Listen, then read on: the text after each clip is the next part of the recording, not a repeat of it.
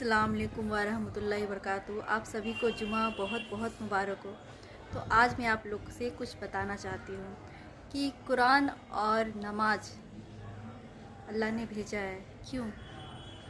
हमारी मदद के लिए, कि हमें कोई तकलीफ़ हो, कोई परेशानी हो, कोई दिक्कत हो तो हम कुरान और नमाज का सहारा लें और अल्लाह की तरफ रुजू करें, अल्लाह से माफ़िया मांगे, अल्लाह से मदद तलब करें और गुनाहों की रास्ता छोड़कर हम नमाज और कुरान पर इसलिए ध्यान दें ताकि हम गुमराह भी ना हो सके। क्योंकि अगर आप नमाज और कुरान पढ़ते हैं तो शैतान आपको उस चीज़ों से दूर करना चाहता है, लेकिन अल्लाह आपको इसीलिए कहता है कि आप कुरान और नमाज की तरफ जाएं।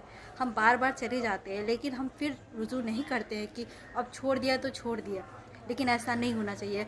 अगर आपने फिर से कोशिश की, अगर ज़रा सा भी नियत आपकी आई कि मैं फिर से नमाज़ पढ़ूँ या फिर से कुरान पढ़ूँ, तो आप ज़रूर अल्लाह की तरफ रुजू करें।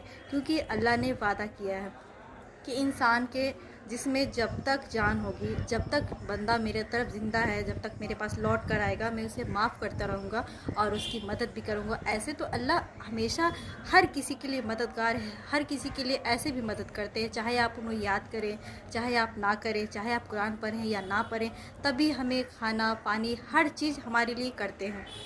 तो अगर आप सोचिए, आपके लिए फ़ायदे के लिए है नमाज और कुरान, ताकि हम जो गुमराह रास्ते हैं ना, जो गुनाहों के रास्ते हैं, उससे हम बच सकें। क्योंकि ये शैतान हमें गुमराह के रास्ते हमेशा दिखाते रहेंगे और आप जब कुरान और नमाज का सहारा लेते हैं, पढ़ते हैं, तो वो गुनाह आपसे धीरे धीरे दूर जाने लगता है। यही तो असल चीज़ है ना जो आपको करनी है, नमाज और कुरान की तरफ जानी है, पढ़नी है, तभी हम गुनाहों से दूर हो सकते हैं। वरना ऐसे हम कितना भी कोशिश कर, हम जाएंगे ही जाएंगे। लेकिन अगर कुरान नमाज पढ़ेंगे तो हम बहुत ही कम हमसे गुनाह होंगे और होते होते हो सकता है कि पूरा छूट जाए।